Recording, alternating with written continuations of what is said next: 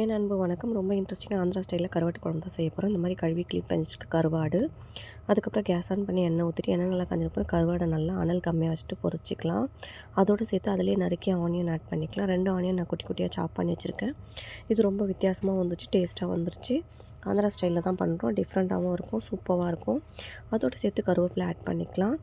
Add பண்ணி கொஞ்சமாக உப்பு போட்டு நல்லா வதக்கி கொடுத்துருங்க. அனல் கம்மியாக வச்சுட்டு வதக்கிங்க. நீங்கள் உப்பு கொஞ்சம் கொஞ்சமாக ஆட் பண்ணுங்கள், அப்போ சூப்பராக டேஸ்ட் வரும். ஸோ அகெயின் கொஞ்சம் நான் ஆட் பண்ணியிருக்கேன் சால்ட்டு.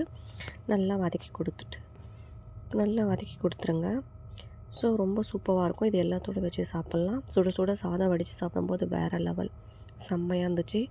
எப்போவுமே அனல் கம்மியாக வச்சுட்டு செய்யும்போது, லோ ஃப்ளேமில் வச்சுட்டு செய்யும்போது சூப்பராக இருக்கும் கறி குக் பண்ணும்போது. ஸோ அதுக்கப்புறம் தக்காளி ஆட் பண்ணிக்கலாம். பச்சை மிளகாவும் ஆட் பண்ணியிருக்கேன். ஸோ தக்காளி, பச்சை மிளகாய் கொய்த்தில் அந்த மாதிரி தான் இருக்கும் தக்காளி.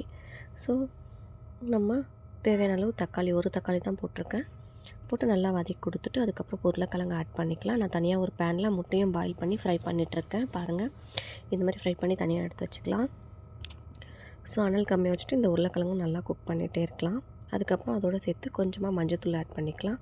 பெருங்காயத்தூள், மஞ்சத்தூள், அதுக்கப்புறம் உப்பு, மிளகாய்த்தூள், வீட்டில் அரைச்ச மிளகாய்த்தூள் தான் ஆட் பண்ணிவிட்டு நல்லா மிக்ஸ் பண்ணி கொடுத்துருங்க. நல்லா மிக்ஸ் பண்ணி கொடுத்ததுக்கப்புறம் பாருங்கள், சீரகம் கொஞ்சம் போட்டுக்கலாம் ஃப்ளேவருக்காக வேண்டி.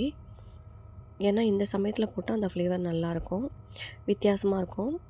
ஸோ நம்ம ஊர்லலாம் என்ன பண்ணுவோன்னா, எண்ணெய் ஊற்றி அதுக்கப்புறம் சீரகம் பொரிச்சு தான் போடணும். இப்போ தேவையான அளவு தண்ணி ஊற்றிக்கலாம். ஸோ இவங்க வந்து சீரகத்தை அப்புறமா தான் போடுறாங்க, கொஞ்சம் ஃப்ளேவர் வரும்னு சொல்லிவிட்டு. கொஞ்சம் இப்போ கரைச்சி வச்சுருக்க ஒரு லெமன் சைஸில் புளி ஆட் பண்ணிக்கலாம். புளி ஊற்றிக்கலாம் தேவையான அளவு. அவ்வளோதான். அப்படியே அனல் கம்மியாக வச்சுட்டு குக் பண்ணிவிடுங்க. உருளைக்கிழங்கு ஆல்மோஸ்ட் ஆயிலே குக் ஆகிடுச்சு, அதனால் குக் பண்ண வேண்டாம், போதும்.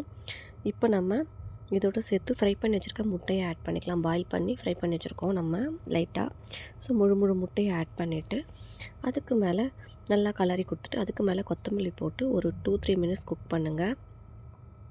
ஸோ உப்பு காரெல்லாம் உங்கள் தேவையான அளவு பார்த்துக்கோங்க. பாருங்கள், இதுக்கு மேலே கொஞ்சமாக பெப்பர் பவுடர் போட்டுக்கலாம். ஆப்ஷன் தான், வேணும்னா யூஸ் பண்ணுங்கள், இல்லைனா பரவாயில்ல. நல்லா மிக்ஸ் பண்ணி கொடுத்துடலாம். நல்லா குக் ஆகட்டும். ஆல்மோஸ்ட் ரெடி ஆகிடுச்சு. அனல் கம்மியாக வச்சுட்டு குக் பண்ணுங்கள், டேஸ்ட்டு சூப்பராக இருக்கும். இது எல்லாத்தோடும் வச்சு சாப்பிட்லாம். ஸோ இந்த மாதிரி காஞ்ச கருவாடு ப்ளஸ் முட்டை போட்டு நம்மளுடைய ஆந்திரா ஸ்டைலில் சூப்பரான கிரேவி தான் செம்மையாக ரெடி ஆகிடுச்சு. கண்டிப்பாக நீங்கள் ட்ரை பண்ணி பாருங்கள். அதுக்கு மேலே கொஞ்சம் கொத்தமல்லி தூவிடலாம். ஆஃப் பண்ணிடலாம் கேஸை. சப்ஸ்கிரைப் பண்ணிவிடுங்க. பெல் ஐக்கானையும் கிளிக் பண்ணிவிட்டு உங்கள் ஃப்ரெண்ட்ஸ் அண்ட் ஃபேமிலிக்கு ஷேர் பண்ணுங்கள். அதே போல் வேறொரு இன்ட்ரெஸ்டான ரெசிப்பியில் உங்களை சந்திக்கிறேன். மீண்டும் சுவைக்க தோணும் ஹானாஸ் கிச்சன் தமிழ். தேங்க்யூ ஃபார் வாட்சிங்.